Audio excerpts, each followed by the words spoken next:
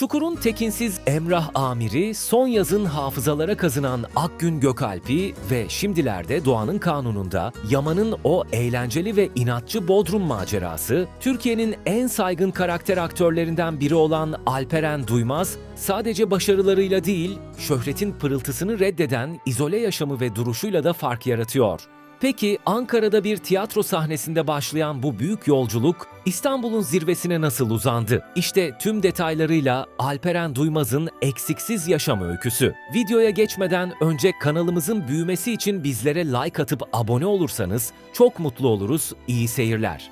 Sana neler demeli, ay seni çıtır çıtır yemeli. 3 Kasım 1992 tarihinde Ankara'da disiplini ve kurallarıyla bilinen öğretmen bir babanın ve ailesini sevgiyle bir arada tutan ev hanımı bir annenin 4. çocuğu olarak dünyaya gelen Alperen Duymaz, 3 ablasının ardından ailenin en küçüğü ve tek erkek evladı olarak büyümenin getirdiği o özel sorumluluk bilinciyle yetişti. Ankara'nın o ağırbaşlı, hüzünlü ama bir o kadar da samimi mahalle kültüründe geçen çocukluk yıllarında oldukça hareketli, yerinde duramayan bir yapıya sahip olması, ailesini onu doğru bir kanala yönlendirmeye itti ve böylece gençlik yıllarında uzun süre disiplinli bir şekilde basketbol oynadı. Basketbol sahalarında kazandığı takım ruhu ve fiziksel kondisyon onun bedenini daha iyi tanımasını sağlarken lise yıllarına geldiğinde içsel yönelimi spordan sanata, özellikle de duyguların en yalın dışa vurumu olan müziğe doğru kaymaya başladı.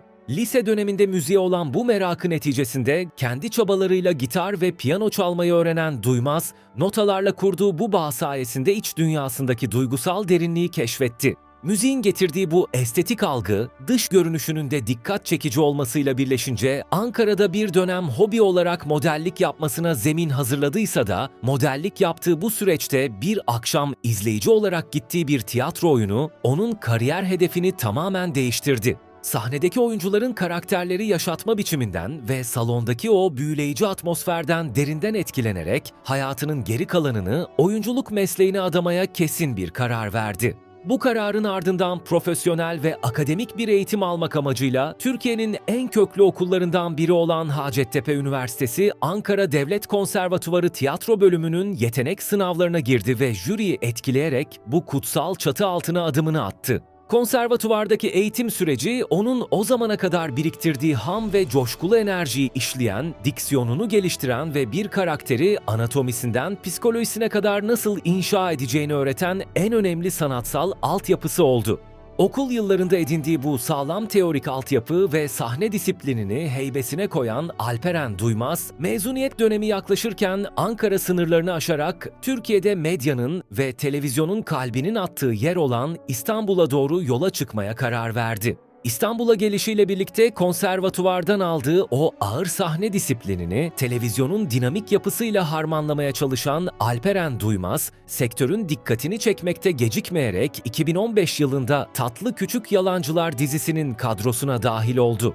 Amerikan yapımı popüler bir gizem dizisinin yerli uyarlaması olan bu projede canlandırdığı cesur karakteri, onun kamera önü oyunculuğuyla tanıştığı ve vizyon kazandığı ilk rolü olarak kayıtlara geçti. Bu ilk deneyiminde kameraya karşı sergilediği o doğal ve rahat tavırlar, yapımcıların gözünden kaçmadı ve bu durum ona aynı yıl içerisinde kariyerinin ilk başrol kapısını araladı. Yani bu kadar şey yaşadıktan sonra sokağa atılmana razı gelemezdim zaten.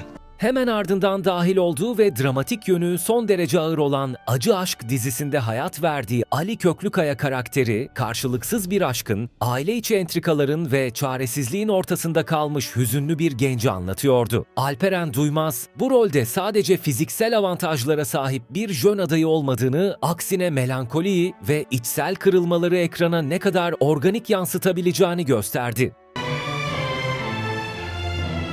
Ne diyorsun ya? Her ne kadar dizi televizyon dünyasının reyting rekabeti nedeniyle uzun ömürlü olamayıp erken final yapmış olsa da Duymaz'ın bu başrol deneyiminde gösterdiği performans bir sonraki yıl onu ulusal çapta bir yıldıza dönüştürecek olan o büyük projenin temel taşını döşedi. Acı Aşk projesindeki hüzünlü duruşuyla dikkat çeken Duymaz, 2016 yılında dönemin en popüler gençlik dramalarından biri haline gelen Bodrum Masalı dizisinin kadrosuna kabul edildi. Dizide canlandırdığı Ateş Ergüven karakteri, zengin ve elit bir hayattan babasının iflası sebebiyle bir gecede sıfıra düşen, gururlu, fevri ama ailesine ve kardeşlerine karşı sarsılmaz bir koruma içgüdüsüne sahip olan bir genci simgeliyordu.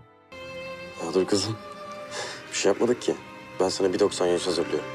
Duymaz, Ateş'in haksızlıklara karşı gösterdiği ani parlamaları ve dik duruşunu izleyiciye o kadar samimi bir yerden geçirdi ki dizi yayınlandığı dönemde ciddi bir başarı yakaladı ve bu rol sayesinde Alperen Duymaz ülke çapında tanınan popüler bir isim haline geldi. Ancak kariyerini sadece bu güvenli, romantik ve asi genç rollerinde tutarak eskitmek istemeyen Duymaz, 2018 yılında televizyonun en yüksek reytingli fenomen yapımlarından biri olan Çukur dizisine dahil olarak kariyeri adına riskli ama çok önemli bir adım attı. Dizide canlandırdığı Emrah Amir, klasik müzik eşliğinde suçluları acımasızca cezalandıran, narsist ve sosyopat eğilimleri olan sıra dışı bir kötü adamdı. Ben sadece polis değilim. Emrah amirim ulan ben. O zamana kadar canlandırdığı olumlu karakter, imajını bu rolle tamamen yıkan Duymaz, karakterin tekinsizliğini ve psikolojik dengesizliğini ekrana yansıtarak izleyicinin oyunculuk gücüne hayran kalmasını sağladı ve bu performans onun her türlü rolün altından kalkabilecek bir karakter oyuncusu olduğunu tüm sektöre kanıtladı. Çukur dizisinde yarattığı bu sarsıcı etkinin ardından sinema sektörünün de kapıları onun için aralandı ve Duymaz aynı yıl içinde Direniş Karatay adlı tarihi epik sinema filminde Kutay karakterini canlandırarak ilk beyaz perde deneyimine imza attı. Bu dönem filmi için aylarca özel olarak at binme ve kılıç kullanma gibi ağır fiziksel eğitimler alan Duymaz, sinemadaki bu başarılı sınavın hemen ardından yine 2018 yılının sonlarında başlayan büyük bütçeli Çarpışma dizisinde Kıvanç Tatlıtuğ ile başrolü paylaşma fırsatı yakaladı. Dizide hayat verdiği Kerem Korkmaz, hapisten yeni çıkmış, geçmişte işlediği hataların vicdan azabıyla kavrulan ve imkansız bir aşka tutunan yaralı bir sokak çocuğuydu. Duymaz'ın özellikle karakterin çaresizliğini ve pişmanlığını yansıttığı sahnelerdeki performansı onun dramatik oyunculuktaki yetkinliğini iyice pekiştirdi. Çarpışma dizisindeki yüksek dram performansının ardından 2020 yılının hemen başında Zemheri dizisinde ailesinin sorumluluğunu taşıyan ve aşkıyla fedakarlıkları arasında sıkışan Ayaz Korkmaz karakteriyle seyirci karşısına çıktı. Proje televizyon ömrü açısından kısa sürse de Duymaz'ın ekran enerjisini canlı tutmaya yetti ve oyuncunun kariyerindeki en büyük kitlesel etkiyi yaratan rolü ise 2021 yılında yayınlanan Son Yaz dizisiyle geldi. Dizide canlandırdığı Akgün Gökalp Taşkın, bir mafya babasının veliahtı olarak sokak jargonuyla büyümüş, hırçın, sert ama o katı kabuğunun altında babasızlığın ve terk edilmişliğin derin yaralarını taşıyan bir gençti. İnanmıyorum. Sana şu an inanmıyorum senin gibi yakışıklının. Alperen Duymaz, Akgün'ün o sokaklardan gelen sert dünyası ile bir savcının ailesinin yanında sevgiyle yumuşayan çocuksu iç dünyasını çok dengeli bir şekilde oynadı ve bu inandırıcı performansı sayesinde karakter kısa sürede sosyal medyada ve izleyiciler arasında bir fenomene dönüştü. Rol arkadaşları Ali Atay ve Hafsanur Sancaktutan ile yakaladığı benzersiz ekran sinerjisi projenin başarısını artırırken, Akgün karakteri Duymaz'ın kariyerinin en unutulmaz ve en çok konuşulan işi haline geldi. Televizyon dizilerinin uzun ve yıpratıcı çalışma saatlerine ara vermek isteyen Duymaz, bu başarının ardından rotasını dijital platformlara çevirerek 2022 yılında Erkek Severse adlı dijital yapımda yer aldı. Canlandırdığı modern, başarılı ve centilmen iş insanı Kenan Acarsoy karakteriyle kariyerinde ilk kez romantik komedi kulvarında boy gösterdi ve daha hafif, modern bir tarzı da başarıyla taşıyabileceğini gösterdi. Dijitaldeki bu deneyimin ardından 2023 yılında yeniden ulusal kanala dönerek Ego dizisinde borç batağına düşen ve patronunun teklifiyle hayatı değişen Erhan Yıldırım karakterinin psikolojik sıkışmışlığını oynayan Alperen Duymaz, 2024 yılında ise Netflix yapımı Kül filminde Metin Ali isimli gizemli bir marangozu canlandırarak sinematografisine tekinsiz bir karakter daha eklemiş oldu. kariyer çizgisini sürekli taze tutmayı ve oyunculuğunu televizyon ekranlarında iddialı bir zemine yaymayı hedefleyen Alperen Duymaz, Ay Yapım imzalı Leyla, Hayat, Aşk, Adalet dizisinde başrolde yer alarak Civan karakterine hayat verdi. Çocukluğu büyük travmalarla ve çöplükte geçen, büyüdüğünde ise hayatın acımasız ve gri gerçekleriyle erken yaşta yüzleşmek zorunda kalan Cihan'ın adalet, intikam arayışı ve aşk arasında sıkışıp kalan karmaşık duygusal dünyasını başarıyla sırtlandı. Acaba hiç düşünmüyor musunuz Civan ne istiyor, ne hissediyor? Karakterin çocukluk aşkı, Leyla ile olan imkansız bağını ve üvey annesi Nur'un entrikaları karşısındaki çaresiz ama kararlı duruşunu abartısız bir oyunculukla ekrana taşıyarak izleyici üzerinde güçlü bir dramatik etki bıraktı. Bir şey konuşacağız da. Teşekkür ederim.